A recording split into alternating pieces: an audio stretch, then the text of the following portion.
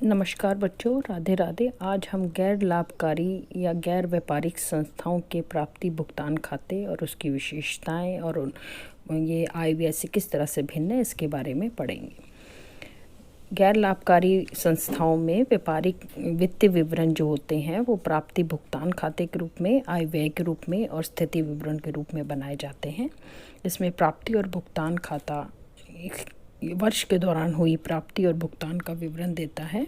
प्राप्ति और भुगतान खाता, जिसे हम रिसीव्ड पेमेंट अकाउंट कहते हैं, एक लेखा अवधि में नकद लेन देनों का संक्षिप्त लेखा बताता है कि एक वर्ष के दौरान कितने रोकड़ के रूप में प्राप्तियां हुई हैं व्यवसाय को, गैर लाभकारी संस्थाओं को, और कितना उन्होंने भुगतान किया है। ये रोकड़ बही के आधार पर तैयार किया जाता है, तो इसके लिए रोकड़ बही सहायक रूप के रूप में होती है। यह डेबिट में यानी नाम पक्ष में अपनी सभी प्राप्तियों को दिखाता है और जमा पक्ष में अपने सभी भुगतानों को, यानी debit all received and credit all payments.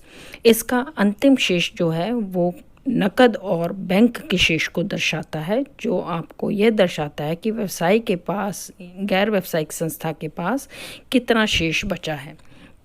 Cash book जो होती है उसमें हम डेट वाइज ट्रांजैक्शंस करते हैं, हम तिथि के अनुसार रोकड़ बही में अपनी प्रविष्टियां करते हैं, जबकि आय व्यय खाते में हम पूर्ण रूप से हम प्राप्ति और भुगतान को दिखाते हैं।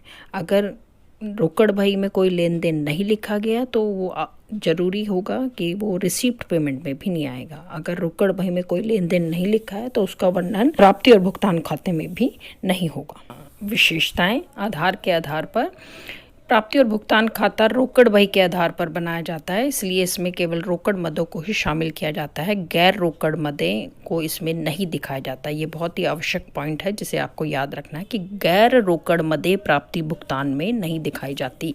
उदाहरण के तौर पर ह्रास, अदत्य व्यय, उपार्जित आय इत्यादि। आकृति के आधार पर इसकी विशेषता है कि यह एक वास्तविक खाता है, यानी रियल अकाउंट है। इसमें वास्तविक खाते का नियम लागू होता है। जो भी चीज़ें, वस्तुएं अगर व्यवसाय में आएंगी तो वो नाम में लिखी जाएंगी और जो जाएंगी वो जमा में लिखी जाएंगी, यानी debit what comes in, credit what goes out.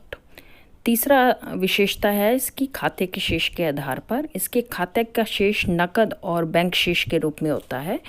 नकद शेष जो होता है वो हमारा ऋणात्मक नहीं होता, वो हमारा धनात्मक ही होता है, यानी पॉजिटिव होता है। जबकि बैंक शेष हमारा ऋणात्मक भी हो सकता है, जो बैंक ओवरड्राफ्ट के रूप में हो सकता है।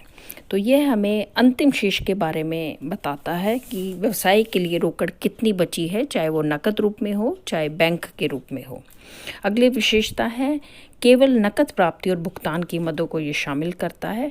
वह नकद प्राप्ति और भुगतान पूंजीगत और आयगत दोनों प्रकृति के हो सकते हैं, यानी रोज़मर्रा के खर्चे और आय भी हो सकती हैं, और कभी कभी होने वाली जो बड़ी मात्रा में अचानक आय और व्यय हो जाते हैं, जो पूंजीगत कहलाते हैं, वो भी इसमें शामिल होते हैं। यानी ये खाता पूंजीगत और आयगत मदों में भेद नहीं करता। जैसे फर्नीचर को सेल किया तो ये हमारी पूंजीगत आय है, और हमने कोई सब्सक्रिप्शन चंदा प्राप्त किया तो ये हमारी आयगत आय है।